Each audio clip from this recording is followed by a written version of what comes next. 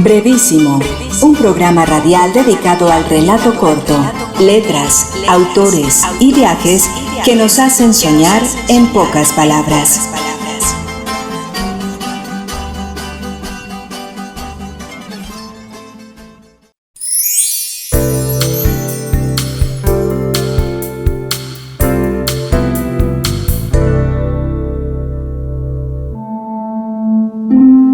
Los seres humanos hemos creado poesía desde los inicios del tiempo. Ha estado a partir del momento en que fuimos capaces de formular una palabra ordenada y de generar emociones. Hola, bienvenidos nuevamente a Brevísimo, un programa dedicado a las formas breves de la literatura. En la anterior emisión hablábamos sobre concursos de anécdotas. Hoy hablaremos sobre otro trazo breve, la poesía. Escucharemos a Mauricio Vanegas Gil, docente de literatura, escritor, antropólogo y narrador oral, quien nos hablará del desarrollo de este género literario en la antigua Grecia, porque pensar en el origen de la poesía en sí misma se sitúa en los tiempos más remotos, quizá cuando algún poblador celta emitió la primera frase con sentido poético. Por supuesto que datar este instante es imposible, porque debido al carácter oral de aquel primer verso, el tiempo lo ha borrado de la memoria colectiva. Lo que sí podemos objetivar son los registros posteriores en piedras y con fines funerarios. Existen hallazgos arqueológicos de los primeros versos en epitafios, trazo breve que ya hemos abordado en Brevísimo. Hoy los invitamos a ir desde el Ágora hasta las calles de Medellín, para ver cómo allí en cada espacio y momento histórico la poesía ha tenido lugar.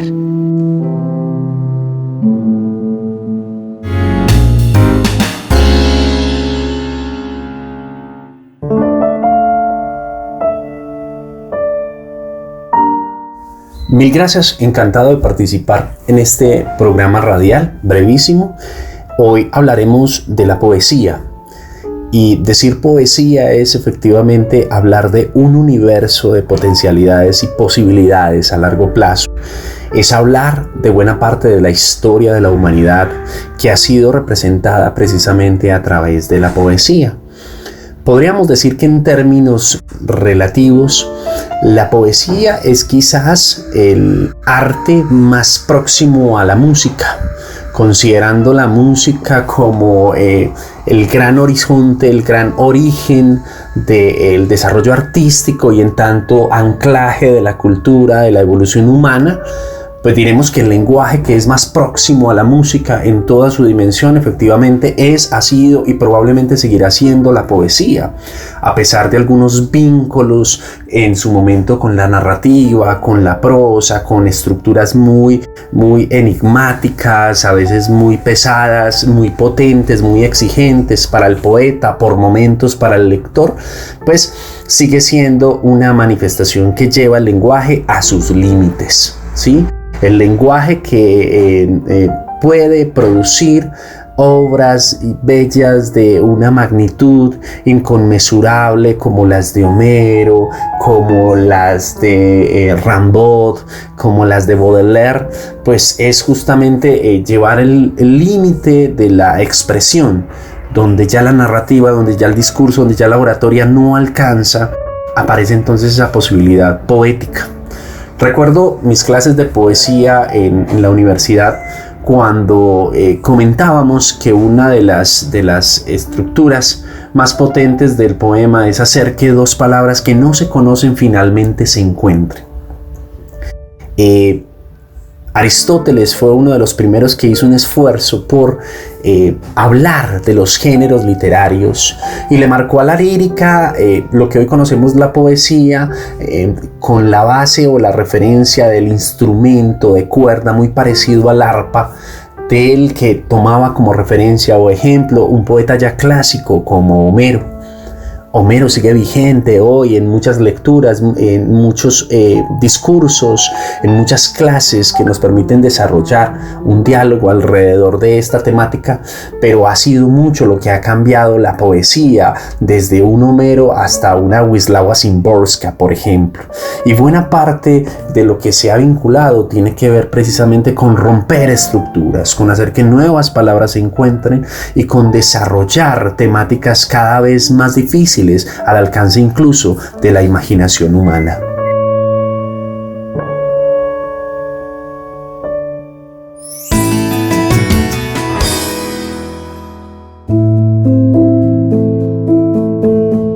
La poesía es una forma de escritura creativa donde se hacen usos de herramientas del lenguaje. Además, contiene unos elementos particulares, como los versos, la rima, las estrofas y otros que podríamos definir trazos breves, de los cuales hablaremos en brevísimo. Ahora, pasando de la antigüedad al avance de la poesía en Latinoamérica, sabemos que existió en formas prehispánicas y su fusión con la influencia europea da como resultado nuestra poesía actual. Sin embargo, las grandes transformaciones surgen a partir del último cuarto del siglo XIX, que es conocido como el modernismo latinoamericano, porque trae una propuesta original, muy propia de Hispanoamérica, en contraste con la tradición imitativa precedente, ya sea en estilos, técnicas y movimientos españoles y europeos en general. A lo largo de la historia, fueron muchos los poetas latinoamericanos que se han destacado por su talento. Cada país tiene sus representantes: Colombia, Perú, Paraguay, Cuba, México. No hay nación sin su poeta de referencia.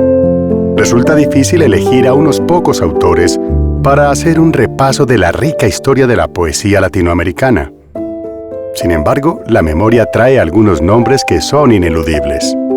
El chileno Pablo Neruda. De Chile podríamos pasar a Argentina y referirnos a Jorge Luis Borges, ¿cómo no? Este recorrido caprichoso podría llevarnos a un nuevo cruce de frontera hasta llegar a Uruguay. Nos espera Mario Benedetti. Y con un salto abrupto a Centroamérica, nos podemos encontrar al nicaragüense Rubén Darío. Y como se hacen abundantes las letras y escasos los minutos, daremos paso a nuestros compañeros de mesa para hablar de algunos representantes por continente, país y región.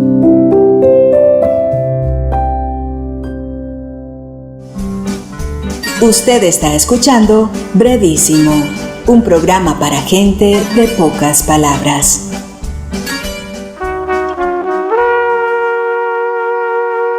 Alejandra Pizarnik. Poema publicado en Los Trabajos y las Noches, de Ediciones Corregidor. ¿Quién alumbra?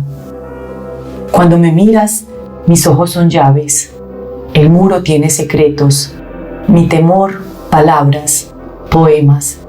Solo tú haces de mi memoria una viajera fascinada, un fuego incesante.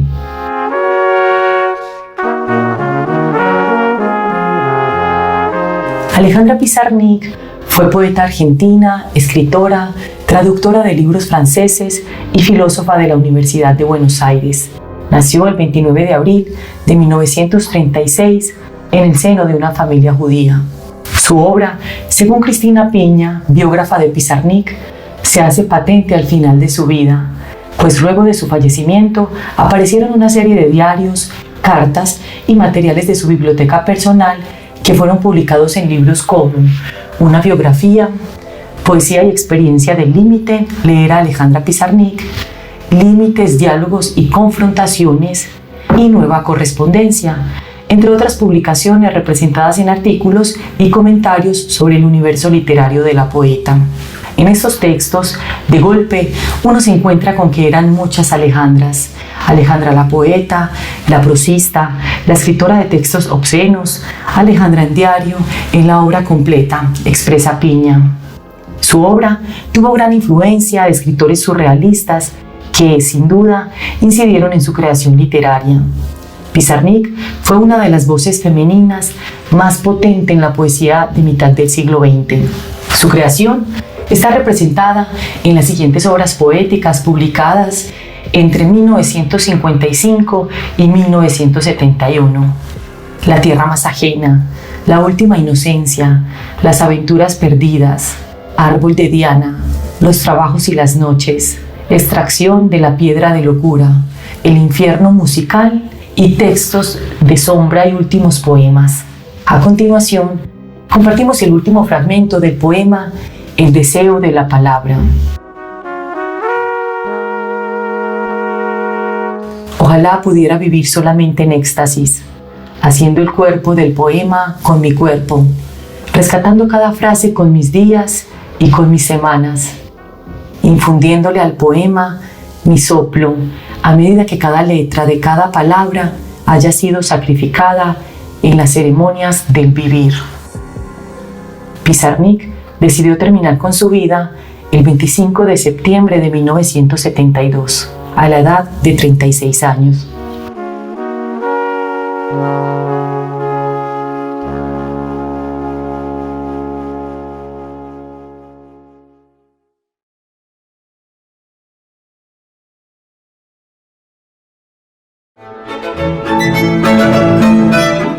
Y damos entrada a nuestro siguiente invitado, Camilo Restrepo Monsalve, que nació en Medellín, Colombia, en 1987. Poeta y licenciado en Pedagogía Infantil, miembro fundador del colectivo Nuevas Voces, donde coordina la línea editorial, autor de El espacio que me habita, Felonías, Las rutas de la sangre, El hueso de los días, de las antologías Sin luz, Estribos, 35 poetas colombianos, 35 poetas cubanos nacidos a partir de 1980 y niños que juegan entre los escombros. Camilo, háblenos un poco del desarrollo histórico de la poesía en Colombia. Construir una historiografía de la poesía colombiana entraña una dificultad grandísima que radica en el hecho de que para definir los criterios, bien sea políticos, estéticos o de afinidad personal o editorial que determinan una generación, que la delimitan, se dejan por fuera necesariamente las obras de ciertos poetas que por su originalidad se constituyen como insulares. Sin embargo, las historiografías dominantes coinciden en determinar unas generaciones que se pueden datar desde finales del siglo XIX con los modernistas, dentro de los que destacan José Asunción Silva y Guillermo Valencia, seguida de una generación llamada del Centenario, que se organiza alrededor de la revista Cultura, publicada a principios del siglo XX, y se caracterizó por abanderar unos ideales conservadores de país y unas estéticas que bebían de los modernismos franceses y españoles, al igual que de los romanticismos de estos dos países. Dentro de estos poetas de la generación del Centenario se pueden contar Miguel Rash Isla, José Eustacio Rivera y Eduardo Castillo. Posterior a esta generación del Centenario viene la generación de los nuevos, que publica sus obras en la primera mitad del siglo XX en respuesta a esta generación del Centenario, y que está fuertemente influenciada por las vanguardias europeas, por su manera de concebirlas, especialmente el surrealismo, y por los procesos de urbanización acelerada y las tensiones políticas que experimentaba el país en esta época. Enarbolaban una estética en la que, a pesar de que se percibe un modernismo tardío, se diferencia de este por el uso de un tono irónico y humorístico en el que confluyen los arcaísmos revalorizados y los neologismos. En esta generación se puede contar a León de Grave, a Luis Vidales, a Jorge Zalamea, a Luis Tejada, a Rafael Maya. Posteriormente viene la generación Piedra y Cielo, en la que se produce un retorno a esa visión conservadora en materia poética y política, y que está fuertemente influenciada por las formas clásicas de la poesía española. Los poetas de esta generación Piedra y Cielo son Eduardo Carranza, Jorge Rojas, Arturo Camacho Ramírez, Carlos Martín, entre otros. Luego viene la generación Mito, que se organiza en torno a la revista del mismo nombre, publicada entre 1955 y 1962, y que se caracteriza ya por una necesidad de cosmopolitismo, de diálogo intercultural, que responde a los avances de la historia, que promueva el pensamiento crítico, actual y pluralista sin desdeñar la tradición. Dentro de esta generación se cuentan a Álvaro Mutis, Jorge Gaitán Durán, Rogelio Echavarría, Fernando Arbeláez y Fernando Charri Lara. Posterior a Mito viene el nadaísmo, que es un movimiento de ruptura, tanto a nivel literario como filosófico y político, que se funda en respuesta al ambiente cultural impuesto por la academia, la iglesia y la tradición literaria colombiana. En él están poetas como Gonzalo Arango, Amílcar Osorio, Darío Lemos y Eduardo Escobar. Y finalmente viene la última generación identificable entre estas historiografías, que es la generación desencantada, conformada por poetas que empiezan a publicar en los 70 y 80 y que se caracteriza por un sentimiento de desconfianza y desengaño frente a las instituciones, un sentimiento de desencanto frente a la realidad nacional, debido a la historia del siglo XX en Colombia, y que a nivel estético tiene la característica de compartir un tono llano y conversacional en la poesía. Dentro de este grupo están María Mercedes Carranza, Elkin Restrepo, Haroldo Alvarado Tenorio, Giovanni Quesep y Juan Gustavo Cobo Borda.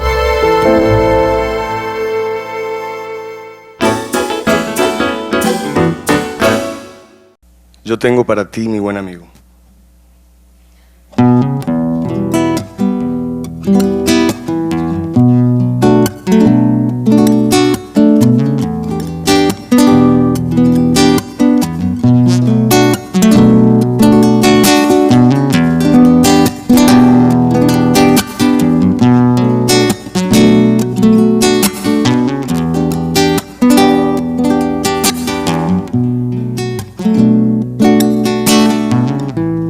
Tengo para ti, mi buen amigo, un corazón de mango del sino, oloroso, genuino, amable y tierno.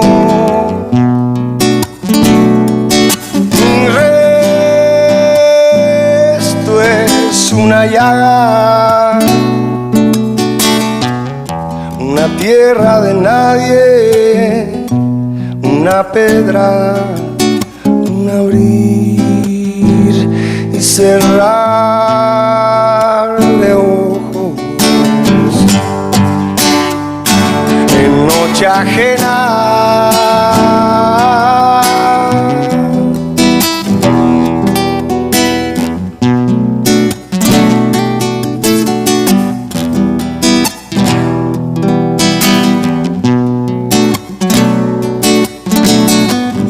Yo tengo para ti, mi buen amigo,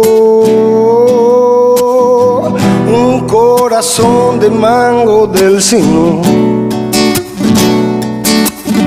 oloroso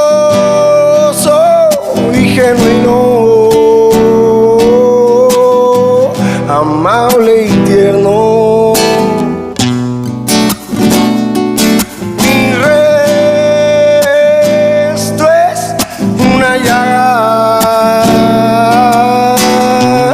Una tierra de nadie, una pedrada, un abrir y cerrar de ojos en noche ajena,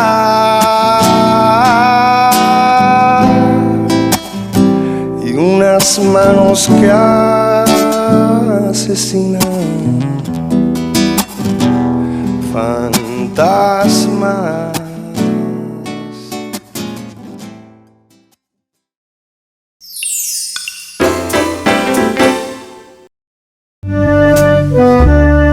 Escuchábamos la musicalización del poema Yo tengo para ti, mi buen amigo, realizada por Carlo Mazzilli, Nagle Silva y Carlos Roldán, del autor Raúl Gómez Hattin. Andrés, háblanos acerca de este poeta colombiano y de su obra. Acerquémonos a la figura de Raúl Gómez Hattin a través de un perfil realizado por el escritor Carlos Monsiváis. Raúl Gómez Hattin nace en Cereté en 1945 y muere en Cartagena en 1997. Su imagen más divulgada es la de un poeta maldito, es decir, de alguien que está fuera de órbita. Su obra es el espacio autobiográfico donde se unifican el personaje poético y la persona. Según Heriberto Fiorillo, en los poemas de Hattin no hay gran distancia entre el yo de los poemas y el yo de la realidad. El poeta colombiano encuentra en la biblioteca de su padre la posibilidad de una precocidad intelectual. Shakespeare, Balzac, Anatole France, Stendhal, Queiroz, pero también las anónimas Mil y una noches. Si Porfirio Barba-Jacob es su antihéroe heroico, Hatin va más allá, al solo admitir el éxtasis de la desintegración. Si su poesía tiende a constituirse en el retrato exacto del modo en que se percibe a sí mismo, también una antología de imágenes que giran sobre los abismos de la alteración psíquica y que le multiplican el alma como panes y peces de la parábola bíblica. A diferencia de Barba-Jacob, la escritura de Hatin está gobernada por la sencillez. Por otro lado, el sistema de correspondencia de Hatin, además de Barba-Jacob, incluye a los poetas José Asunción Silva, Álvaro Mutis y Jaime Jaramillo Escobar. Entre los extranjeros, Hatin encontrará influencia en el alejandrino Cavafis, el cual entrega una clave para extraer regocijo y libertad de la memoria de los hechos prohibidos. Escuchemos en la propia voz de Raúl Gómez Hatin su poema casi obsceno del libro del amor, escrito entre 1982 y 1987.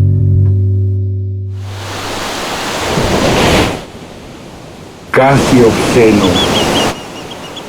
Si quisieras oír lo que me digo en la almohada, el rubor de tu rostro sería la recompensa. Son palabras tan íntimas como mi propia carne, que padece el dolor de tu implacable recuerdo. Te cuento, sí, ¿no te vengarás un día? Me digo. Besaría esa boca lentamente hasta volverla roja, y en tu sexo el milagro de una mano que baja en el momento más inesperado y como por azar, lo toca con ese fervor que inspira lo sagrado.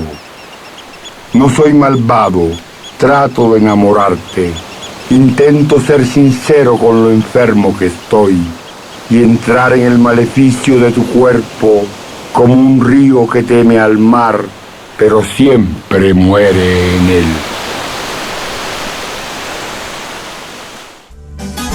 Usted está escuchando Brevísimo.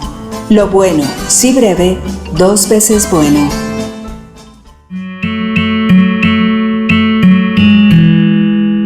Ahora, Mauricio, háblanos de uno de los movimientos poéticos más importantes en la historia de esta región y del país.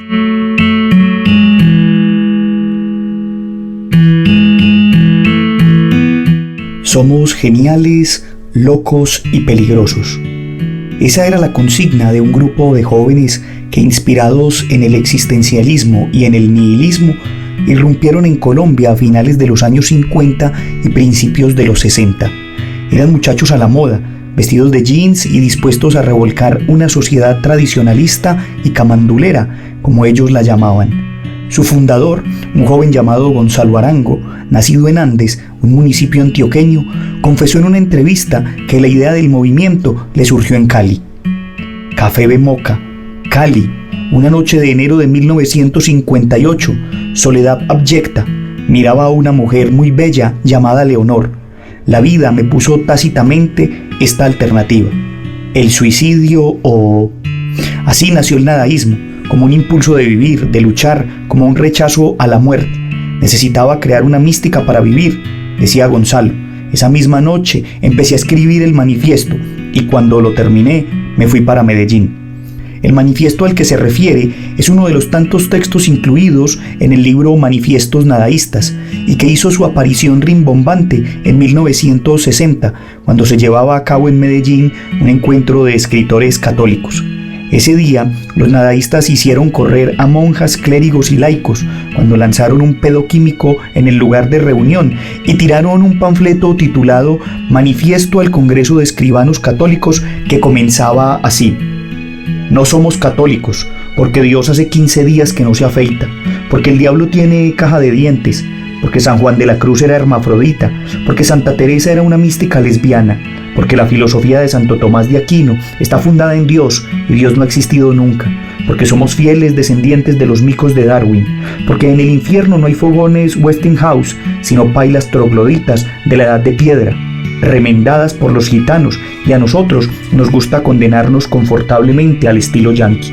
No somos católicos por respeto a nosotros mismos, porque en Colombia son católicos el Tuzo Navarro Espina, el general Rojas Pinilla, Laureano Gómez, Mariano Espina Pérez, Rafael Maya, Darío Echandía, José Gutiérrez Gómez, Alberto Lleras, Silvio Villegas, Carlos Echavarría, Tulio Botero Salazar, Javier Arango Ferrer, Fernando Gómez Martínez, Manuel Mejía Vallejo, Otto Morales Benítez, Félix Henao Botero, Carlos Castro Saavedra, Abel Naranjo Villegas, nuestros padres, las prostitutas, los senadores, los curas, los militares, los capitalistas, todos menos los nadaístas. Este era tan solo un fragmento de los muchos textos que tenía este libro de manifiestos nadaístas, y esta era una de las muchas acciones que realizarían los nadaístas en el país. Finalmente debo decir que la poesía, los cuentos y sobre todo los manifiestos de estos nadaístas marcaron la historia literaria de Colombia, pero sobre todo los manifiestos, los cuales son verdaderos panfletos que además de irreverentes y provocadores, pueden leerse también como formas breves que incitan y motivan a la creación literaria.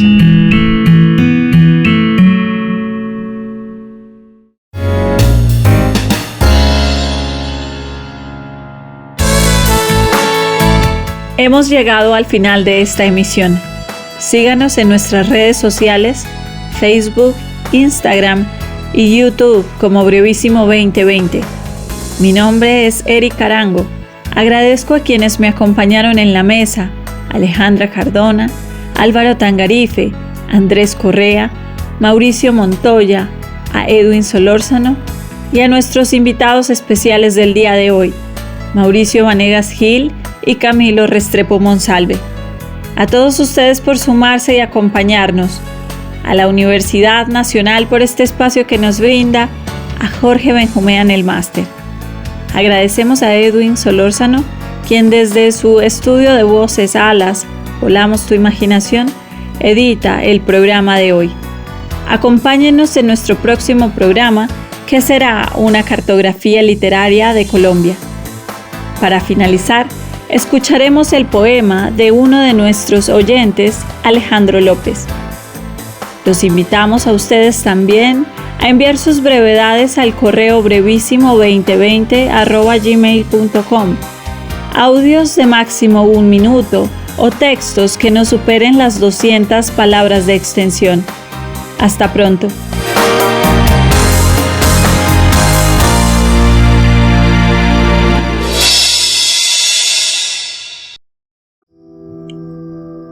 Siento la ironía de la vida, lo sarcástico de su aliento, lo enigmático de lo incierto, lo humano y lo sagrado, lo falso en su verdad y la soledad del tiempo. Somos un suspiro de la nada, en medio del todo. Somos de la vida un trozo y de la muerte sus pedazos.